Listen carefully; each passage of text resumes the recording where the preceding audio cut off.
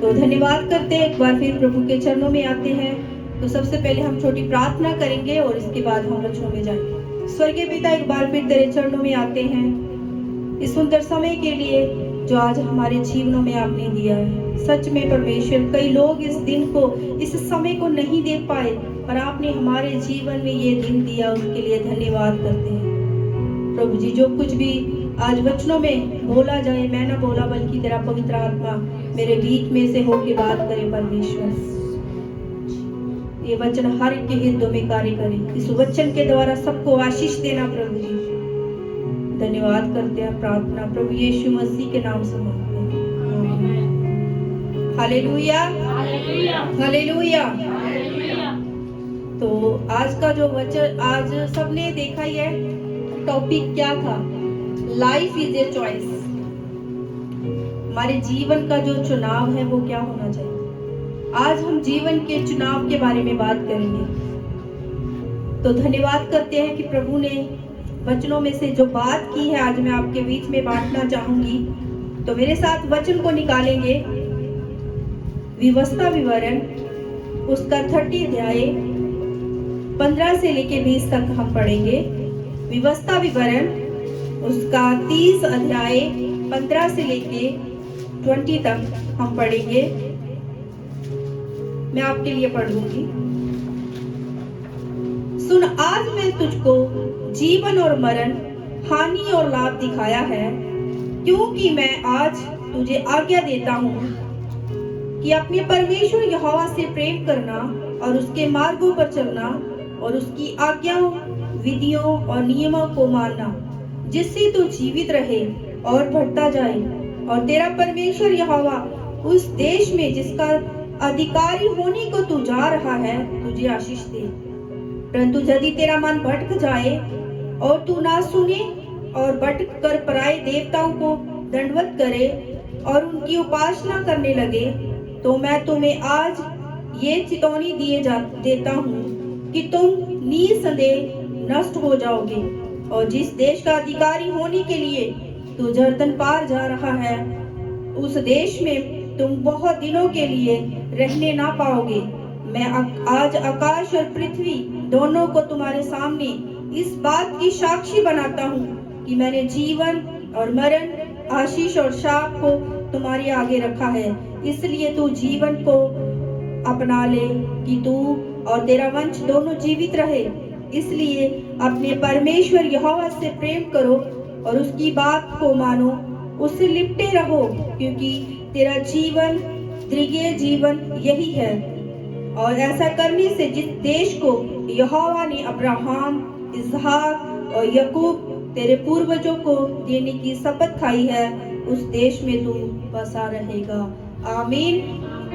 सचमुच प्रियो, परमेश्वर के सुंदर वचन में जो कुछ आज हम सीखेंगे, उस वचन में बहुत सारी ऐसी बातों को हमने सीखा है। और आज मैं आपके बीच में उन वचनों को बांटूंगी कि कैसे परमेश्वर में हम रहते हुए अपने जीवन का चुनाव कर सकते हैं। हमें चुनना है कि हमें क्या चाहिए, क्या परमेश्वर का प्रेम या कुछ और।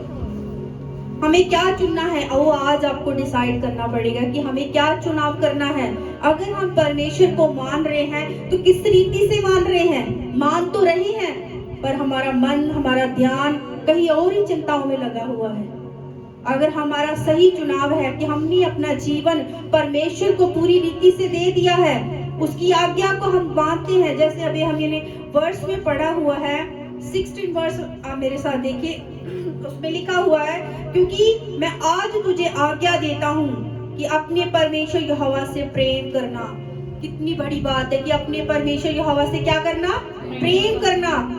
अगर हमने अपने जीवन में परमेश्वर को मान ही लिया है, उसको अपने जीवन में अपना लिया है, तो हमें प्रेम भी परमेश्वर को बहुत सारा करना है। उसकी आज्ञाओं को लिखा हुआ है, उसके मार्गों पर चलना है, उसकी विधियों को, उसके जो नियम है उसको मानते रहना है। क्या परमेश्वर की जो आज्ञा है, जो नियम है, जो विधियां, क्या हमें बहुत मुश्किल लगती है? हम बहुत सारी ऐसी चीजों को पसंद करते हैं, एंजॉय करना, शादियों पे जाना, वहां पे हंसी मजाक करना, हमें ये ज्यादा अच्छी लगती है। लेकिन प्रभु के वचनों को मानना, प्रभु से प्रेम करना, परमेश्वर की आज्ञाओं का पालन करना, ये हमें अच्छा इतना नहीं लगता। क्योंकि हम जब संडे चर्च में आते हैं, प्रभु की आराधना करते हैं, लेकिन जैसे हम चर्च से बाहर जाते हैं तो वही दुनिया में हम ऐसे घुस जाते हैं, सेकुलर दुनिया में, कि बाद में हम परमेश्वर को ही भूल जाते हैं कि परमेश्वर की हमें जो आज्ञा दी है उसी के अनुसार हमें चलना है। ये बात जो इसमें लिखी हुई है, ये परमेश्वर जब इजरायलियों को छुड़ा कर लेकर आया था परमेश्वर, तब की बात परमेश्वर उनको बता रहा है कि अगर तुम मेरी आज्ञा को मानते रहोगे तो आशीषों को पाओगे, अगर तुम मेरी आज्ञाओं को, विधियों को, नियमों को नहीं मानोगे तो तुम्हारे ऊपर श्राप आ जाएंगे। प्रियो, अगर आप चाहते हैं कि हमारे ऊपर श्राप आ जाए तो फिर आप दूर हो जाओ परमेश्वर से पूरी तरह। अगर आप चाहते कि आशीष मिलने लग जाए हमारे जीवन में, वो हमें आशीषित करे, तो आपको परमेश्वर की आज्ञाओं को, उसकी विधियों को मानते रहना चाहिए, परमेश्वर से प्रेम करते रहना चाहिए। मुझे नहीं लगता कि इतना मुश्किल है परमेश्वर की आज्ञाओं का पालन करना। क्या मांगता है परमेश्वर हमसे? सिर्फ प्रार्थनाओं करना, फास्टिंग करना, या चर्च में आना, या उसकी संगति में बने रहना। बहुत मुश्किल नहीं है, मुझे लग रहा बहुत छोटा सा परमेश्वर हमसे मांगता है, लेकिन हम उसमें भी बने नहीं रहते। जब इजरायलियों को इतना सब कुछ दिया परमेश्वर ने, फिर भी वो कुड़कुड़ाते थे, फिर भी वो बोलते थे कि हम मिस्र में अच्छे थे, हमें वहां से निकाल, मूसा को बोलते थे कि वहां से हमें तो निकाल के लेकर आ गया मरने के लिए। लेकिन परमेश्वर को बहुत दुख लगता था, मैं इतना कुछ अपने लोगों के लिए कर रहा हूँ, फिर भी मेरे लोग कुड़कुड़ाते हैं, फिर भी वो ऐसे करते हैं। जब हम व्यवस्था विवरण 28 को आप पढ़ेंगे, उसमें जब लिखा हुआ है, आप घर पे जाके उसको पढ़ सकते हैं क्योंकि वो बहुत लंबा है व्यवस्था विवरण। जैसे लिखा हुआ है, आशीष का वचन 1 से लेके 15 तक वर्ष तक परमेश्वर ने आशीष की बात की हुई है कि अगर तू मेरे डर भय में रहेगा, अगर तू मेरी आज्ञाओं का पालन करेगा तो तुझे मैं ये वाली आशीषें दूंगा, और वो आशीषें तुझसे कोई छीन नहीं सकता। अगर हम परमेश्वर की आज्ञा को मानते हैं, अगर हम परमेश्वर की विधियों को मानते हैं, जो परमेश्वर ने हमें करने के लिए बोला, अगर हम उसको अच्छी रीति से करते हैं तो वो आशीषें हमें दी जाएगी। जब व्यवस्था विवरण 28 की 1 से लेके 15 तक मैं पढ़ रही थी, मनन कर रही थी, और उसमें कितनी अच्छी बातें लिखी हुई है कि बस परमेश्वर की आज्ञा मानने से हमें इतनी सारी आशीषों को पा सकते हैं। पर क्या करते हैं? जब हम परमेश्वर की बातों को, जब हम प्रार्थना में नहीं बने रहते, इधर उधर की बातों में ध्यान देते हैं, चिंताओं में रहते हैं, बीमारियों में फिर हम फंस जाते हैं, क्योंकि परमेश्वर ने जो हमें काम दिए वो तो हम कर ही नहीं रहे। प्रियो, इस धरती पे आने का कोई हमारा मकसद है। वो मकसद क्या है? सबसे जरूरी बात कि उसने हमें चुना है कि हम उसके बीच में रह के परमेश्वर की हमदो सना करने पाए, परमेश्वर के में हमेशा हम मनन रहे, परमेश्वर की बातों को हमेशा हम करते रहे, दूसरों को वचन सुनाएं, प्रभु के सुसमाचार को फैलाएं। मुझे नहीं लगता ये मुश्किल है, क्योंकि परमेश्वर जैसे इजरायलियों को मूसा छुड़ा कर लेकर आया था, और उसने क्या कहा था परमेश्वर से? परमेश्वर मैं कैसे करूंगा, मैं तो बोलने में भी भद्दा हूं, मैं नहीं कर सकता। तो प्रियो, परमेश्वर उसके बीच में होकर बातों को करता था। तो क्या परमेश्वर हमारे बीच में होकर नहीं गवाही करेगा? क्या परमेश्वर वो वैसे नहीं करेगा? अगर वो मूसा के संग संग चला था, परमेश्वर हमारे भी संग संग चलता है। आमीन। अगर 6 लाख इजरायलियों को छुड़ाना कोई छोटी बात नहीं है। कितने ज्यादा इजरायली लोग थे जिनको मूसा छुड़ा कर लेकर आया, पर परमेश्वर उनके साथ चलता था। परमेश्वर हमारे साथ भी ऐसे ही चलता है, बस हम घबरा जाते हैं। अगर हमें अपने जीवन में आशीषों को चाहिए तो परमेश्वर की आज्ञा और विधियों को मानना पड़ेगा, परमेश्वर के राहों पर, परमेश्वर के मार्गों पर चलना पड़ेगा। जो हमारे अंदर आलस है, सुस्ती है कि हम बाद में प्रार्थना कर लेंगे, बाद में वचन पढ़ लेंगे, क्यों? हम हर काम अपना टाइम पे करते हैं, लेकिन परमेश्वर के वचनों को पढ़ने के लिए, परमेश्वर के आगे प्रार्थना फास्टिंग करने के लिए हम लेट हो जाते हैं। क्यों? जिससे प्रियो हमें सब कुछ मिलना है, जिसने हमें रचा है, जिसने हमें बनाया है, जिसने हमें धरती पे भेजा है, हम उसको क्यों पीछे कर देते हैं? परमेश्वर का नाम हमारे जीवन में प्रथम स्थान होना चाहिए। आमीन। और जब मैंने आगे पढ़ा 15 से लेके 68 वर्ष तक लिखा, आज्ञा का उल्लंघन के लिए दुष्विरान। मतलब कि जब हम आज्ञा का उल्लंघन करते हैं तो आज्ञा का उल्लंघन करने के जो श्राप लिखे हुए, आप घर पे जाके इसको रीड करना अच्छे से। जो बाइबल पढ़ रहा है, जिसने पढ़ लिया है, उसको पता होगा कि जब हम आज्ञा का उल्लंघन करते हैं तो हमारे जीवन में कैसे कैसे श्राप आ जाते हैं, कैसी कैसी बीमारियों से हमें जूझना पड़ता है। हम कभी बार कहते हैं कि हम इतनी प्रार्थना करते हैं, इतना वचन पढ़ते हैं, फिर भी क्यों बीमार हो जाते हैं? शायद कहीं ना कहीं हमने कुछ गलती किया होगा, या कहीं ना कहीं हम चूक गए हैं उस जगह पे, उस स्थान से। प्रियो, जब हम परमेश्वर की आज्ञाओं को नहीं मानते, आपको पता है वचन में 2 एग्जाम्पल दी गई हुई है आदम और हवा की। जब उन्होंने, आदम और हवा ने परमेश्वर की आज्ञा को नहीं माना तो उनके जीवन में क्या हुआ था? श्राप आ गए थे। कैसे उनके लिए अदन की वाटिका के दरवाजे बंद किए गए थे, वैसे हमारे जीवन में भी है। अगर हम परमेश्वर की आज्ञा का उल्लंघन करेंगे तो हमारे लिए भी उन आशीषों के दरवाजे बंद किए जाएंगे, वो दरवाजे कभी नहीं खुलेंगे। और दूसरी तरफ हम देखते हैं अब्राहम के बारे में। अब्राहम परमेश्वर की आज्ञाओं का पालन करता था और परमेश्वर ने उसकी कितनी पीढ़ियों तक उसको बढ़ाया था, कितनी पीढ़ियों तक, क्योंकि परमेश्वर ने हमें ये जीवन दिया है। परमेश्वर के नाम में हमने जब ये जीवन दे दिया है, ये जिंदगी परमेश्वर के नाम में हमने जब कर दी है, तो क्यों हम इधर उधर की बातों को सोचते हैं? क्यों हम उसको भूल जाते हैं? क्यों हम उसकी आज्ञाओं का पालन करना भूल जाते हैं? उसके नियमों को भूल जाते हैं, उस विधियों को भूल जाते हैं। इतने बड़े बड़े चमत्कार करने के बाद भी इंसान ये भूल जाए कि परमेश्वर ने कुछ नहीं किया, तो कितनी बुरी बात है हमारे लिए। प्रियो, परमेश्वर के उस वायदों को, उस आज्ञाओं को, उन चीजों को हमेशा याद रखें। परमेश्वर हमसे कुछ नहीं चाहता, कुछ भी नहीं, और हम कुछ करते भी नहीं परमेश्वर के लिए, और हम सच में इस योग्य नहीं थी। आज अगर जहाँ पे खड़े हैं, परमेश्वर की हम दोसना कर रहे हैं, हम सच में इस लायक नहीं है, पर फिर भी परमेश्वर ने हमें लायक बनाया। क्यों? क्योंकि परमेश्वर हमसे प्रेम करता है, जिसने अपना इकलौता पुत्र हम सबके लिए दे दिया, उसने हमारे लिए जान दे दी। तो सोचो परमेश्वर हमसे कितना प्रेम करता है, और उससे बढ़कर हमें परमेश्वर से कितना प्रेम करना चाहिए। आप अपनी जीवन का चुनाव कर सकते हैं कि मुझे परमेश्वर की आज्ञा को मानना है कि आज्ञा का उल्लंघन करना है। जब इन मैं वचनों को पढ़ रही थी, इन वचनों के ऊपर मनन कर रही थी कि परमेश्वर कैसे कैसे हमसे बात करते हैं। अगर सच में उसकी विधियों को, उसकी आज्ञाओं को मानते हैं, तो परमेश्वर हमें कितनी आशीषें देता है। जब हमारे जीवन में आशीषें मिलती तो हम कितना खुश होते हैं, बहुत खुश होते हैं कि प्रभु ने हमारे जीवन में ये किया। पर थोड़ा सा हम अगर पीछे हटते हैं, हमारे जीवन में वही परेशानियां, वही चिंता, वो जो चिंता, बीमारियां, वो श्राप बन के हमारे ऊपर आ जाते हैं जब हम आज्ञा का उल्लंघन करते हैं। क्योंकि जब हम यूहन्ना 10 की 10 में भी पढ़ते हैं, परमेश्वर के वचन में लिखा हो मैं तुझे जीवन देने आया हूँ और बहुतायत से जीवन देने आया हूँ। आमीन। जब परमेश्वर ने हमें जीवन दिया है तो परमेश्वर के लिए ही हम मरेंगे, परमेश्वर के लिए ही हम जिएंगे। तो हम क्यों इधर उधर की बातों को सोचते? चाहे हम कभी बार वचनों में ये भी हम वचन में सुनते हैं कि चाहे हमारे पास कुछ रहे ना रहे, तो क्या हम प्रभु की संगति करना, परमेश्वर को मानना छोड़ देंगे? चाहे कुछ भी ना रहे प्रियो हमारे पास, लेकिन हम परमेश्वर के मार्गों पर हमेशा चलते रहेंगे। आमीन। परमेश्वर आपको इतना बढ़ाना चाहता है प्रियो, अगर उसकी आज्ञा में रहते हुए आप उसकी चीजों को मानते रहोगे तो परमेश्वर आपको बहुत बढ़ाएगा। जैसे परमेश्वर ने अब्राहम, इसहाक और याकूब की पीढ़ियों को इतना बढ़ाया था, परमेश्वर आपके जीवन में भी वैसे ही करना चाहता है। पर पहले क्या, उसके डर भय में रहना पड़ेगा। जब हम भजन संहिता 121 में भी पढ़ते हैं कि अगर तू उसके डर भय में रहेगा तो तुझे आशीषें मिलेगी, जो जो तू चाहता है। अगर हमारे अंदर डर भय ही नहीं है, परमेश्वर के प्रति आदर ही नहीं है, तो कैसे परमेश्वर हमें बढ़ाएगा? सोचते तो बहुत है कि हम डेली प्रेयर कर रहे हैं, 2-4 बातों से शायद हो जाएगा परमेश्वर खुश, ऐसे नहीं होता।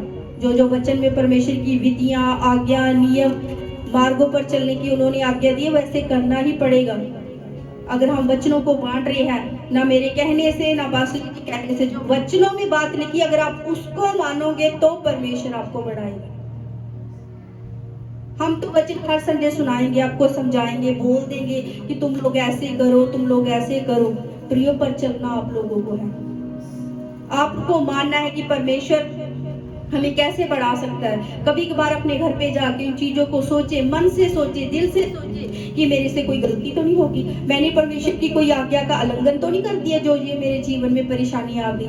मेरे मन में जो चिंताएं आ गई, मेरे घर में परेशानियां, लड़ाई रहना, प्रियो एक एक श्राप है। घर में शांति नहीं है तो श्राप है। अगर आप परमेश्वर में रहते हुए घर में शांति को पा रहे हैं, इसका मतलब परमेश्वर के बहुत नजदीक हो। आमीन। परमेश्वर से प्रेम करना, कभी बार सोचते हैं हमें बड़ा भारी लगता है, हम कैसे परमेश्वर से प्रेम करें। बस परमेश्वर से यही प्रेम करना कि उसकी आज्ञा को मानना। वो अपने परमेश्वर को जब हम इतना सा प्यार करते हैं, उसके बदले वो हमें कितना प्रेम देता है, कितना प्रेम करता है। उसके वचनों से हम तृप्त होते हैं, सुनते हैं। अगर वचनों को हम सुन रहे हैं, अपने जीवन में अप्लाई नहीं ही कर रहे, इसका मतलब हम परमेश्वर की आज्ञा का उल्लंघन कर रहे हैं, परमेश्वर की आज्ञा को नहीं मान रहे। अब्राहम की तरफ देखो, जिन्होंने परमेश्वर की आज्ञाओं का पालन किया। लास्ट 2 दिन पहले ही मैंने एक शॉर्ट वीडियो को डाला था कि यदि तुम मुझसे प्रेम करते हो तो मेरी आज्ञा को भी मानोगे। तो अब्राहम ने परमेश्वर की हर आज्ञा का पालन किया। जब अब्राहम को परमेश्वर ने बोला था कि तू उस स्थान पे चला जा, कौन से स्थान पे भेजा था? रेगिस्तान वाली जगह पे, यहाँ पे कुछ नहीं था, ना कोई हरियाली, ना कुछ पानी, कुछ भी नहीं था। लेकिन परमेश्वर की उसने आज्ञाओं को माना। अपनी पत्नी, अपने जो जितने भी दास दासियां थी, भेड़ बकरियों को लेकर उस देश में चला गया। यहाँ पे परमेश्वर ने उसको भेजा था। अगर हम होते तो हम पहले क्वेश्चन करते कि वहां तो परमेश्वर कुछ भी नहीं है, वहां तो रेत है, हम कैसे आगे बढ़ेंगे? प्रियो, जिस परमेश्वर ने हमें भेजा है, हमने उसके ऊपर विश्वास रखना है।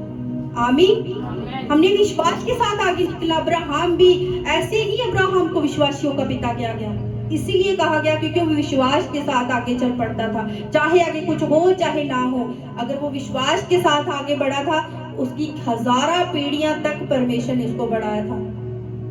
जितने आकाश के सितारे थे और जितने रेत के जो बालू के समान परमेश्वर ने उसके संतान को बढ़ाया था।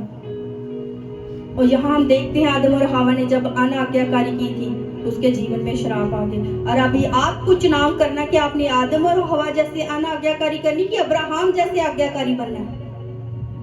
अगर आप अब्राहम जैसे आज्ञाकारी बनोगे तो आपके जीवन में आशीष ही आशीष है। अगर आदम और हवा जैसे अनाज्ञाकारी करोगे तो आपके जीवन में श्राप आ जाएंगे। श्रापों को हम ही लेकर आते, कोई और नहीं लेकर आता। जो इंसान बीजता है, बोता है, उसको वही काटना पड़ता है। हमारे कहने से नहीं कि तेरे साथ वो हो जाए, तेरे साथ वो हो जाए, हमारे कहने से नहीं। जो हमने बोया है उसी को काटना पड़ेगा, चाहे वो कुछ भी हो जाए। आमीन। एक दिन मैं कहीं बात को लिखा हुआ था वहां पे, और मैं पढ़ रही थी कि जिंदगी एक बार मिलती है। ये बिल्कुल गलत है। मौत सिर्फ एक बार मिलती, जिंदगी तो रोज मिलती है। पर जिंदगी को हमें जीना नहीं आता। जिंदगी को तभी जिएंगे जब हम परमेश्वर में बने रहते हैं। नहीं तो जिंदगी हर दिन हमें मरण जैसी लगती है कि बस खत्म। अगर ऐसे जिएंगे परमेश्वर में आनंदित होकर, खुशी से, तो जिंदगी ऐसे लगेगी कि हर दिन जिंदगी ऐसे ही हो। प्रियो, जब मर गए, जब मौत आ गई, तो क्या दोबारा हम जिंदगी जी सकते हैं? बिल्कुल नहीं। अगर परमेश्वर ने आपको अच्छा जीवन दिया, अच्छी जिंदगी दी, तो क्यों ना हम खुशी से जिए, आनंदित होकर जिए। जिस परमेश्वर के ऊपर भरोसा रखते हैं, वचन में लिखा हुआ है, शेरों के बच्चे भूखे रह सकते हैं, लेकिन मेरे लोगों को कभी कमी नहीं होगी। पर फिर भी हम चिंता करते हैं, चलो मान लो अगर परमेश्वर आपके जीवन में कुछ भी ना दे, तो क्या आप मानना छोड़ दोगे परमेश्वर को? एक दिन मैं और पास्टर जी बात कर रहे थे, और मैं ऐसे वचन पढ़ के और पास्टर जी के पास बैठ के जाके मैंने बोला, आज मैं हबक्कुक की बुक में पढ़ रही हूँ कि वो उसमें लिखा हुआ है, चाहे मेरे खेतों में अन्न रहे चाहे ना रहे, चाहे मेरी भेड़-शलाओं में बकरी रहे चाहे ना रहे, पर फिर भी मैं परमेश्वर के नाम से पीछे नहीं हटूंगा। तो मैंने भी प्रभु के दास से ये बात किया कि सच में हमें भी अपना जीवन ऐसा ही जीना चाहिए, ऐसे ही प्रभु में बने रहना चाहिए, चाहे हमारे पास कुछ रहे चाहे ना रहे, लेकिन प्रभु यीशु मसीह के नाम से हम कभी भी पीछे नहीं हटेंगे। क्योंकि प्रियो, प्रभु यीशु मसीह को जब हमने अपना लिया, हमने बैप्टिज्म ले लिया, हमने सोच लिया है कि हमने परमेश्वर में ही बने रहना है, रेवलेशन 2:10 में जब हम पढ़ते उसमें लिखा प्राण देने तक विश्वासी रहे तो तुझे जीवन का मुकुट पहनाया जाएगा। तो जीवन का मुकुट तभी पहनेगा अगर हम विश्वासी बने रहेंगे, प्राण देने तक। आज ही मौत आ जाए सबसे पहले हम पीछे हटेंगे अगर प्रभु के लिए जान देने की बारी आ जाएगी। क्योंकि इससे पता चलता हमने परमेश्वर को अभी भी अपने जीवन में वैसे नहीं अपनाया जैसे अपनाना चाहिए।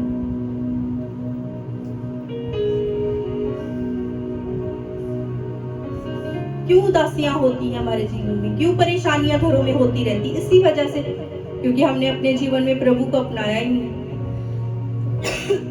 आज एक बहन मुझसे बात कर रही थी सुबह, वो चर्च में आना चाहती थी लेकिन उसकी सास जो थी उसके झगड़ा कर रही थी, उसके बच्चों को मना कर रही कि नहीं जाना। लेकिन मैंने उससे आंखों से कोई जवाब नहीं दिया, बस मैंने एक जवाब दिया कि प्रभु ने तुझे शांति दे रखी है, तू अपनी शांति को क्यों ऐसे कर रही है, तुम शांत हो जाओ। क्योंकि परमेश्वर ने हमसे सबसे प्यार करना सिखाया है। प्रभु यीशु मसीह हमें सिखाते हैं कि अगर मैंने आपसे प्यार किया तो आप भी प्यार करो, अपने दुश्मनों के लिए, अपने बैरियों के लिए भी प्रार्थना करो। और मैंने इसको शांत किया उस बहन को कि तू शांत हो जाओ, चुपचाप रहो, कोई कुछ भी कहे तुमने अपने मुंह से कुछ भी किसी को गलत नहीं बोलना।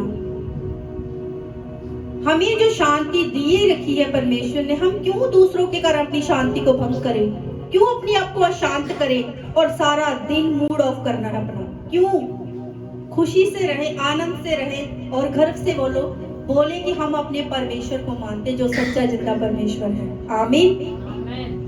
कभी घबराना नहीं चाहिए, प्राउड फील होना चाहिए कि मैं अपने सच्चे जिंदे परमेश्वर को मानता हूँ, चाहे मेरे सामने, चाहे मैं अकेला ही क्यों ना रह जाऊं, तभी भी मुझे कोई डर नहीं है। क्योंकि मेरे संग संग कौन चलता है? यहोवा परमेश्वर। जो मूसा के संग संग चला था वही मेरे संग संग चलेगा। जैसे हम गाना भी गाते हैं, जैसे मैं मूसा के साथ था वैसे तेरे भी साथ चलूंगा।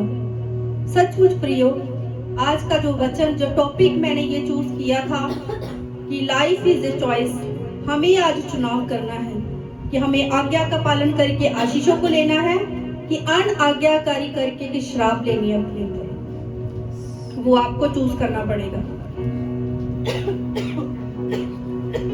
सब अपनी आंखों को बंद करें। आइए अभी जीवन का जो चुनाव करें,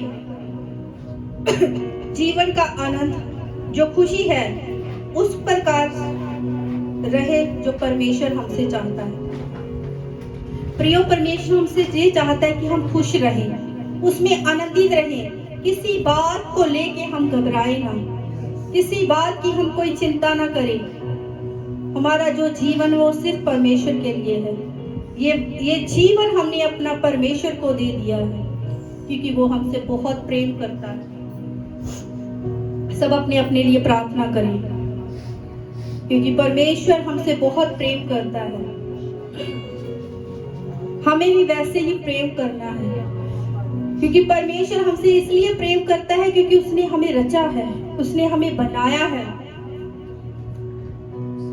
अपने अपने मन में ये प्रार्थना करें कि परमेश्वर, मैं हमेशा तेरी आज्ञाओं का पालन करूंगा, हमेशा तेरी विधियों को मानूंगा, हमेशा तेरे मार्गों पर चलूंगा।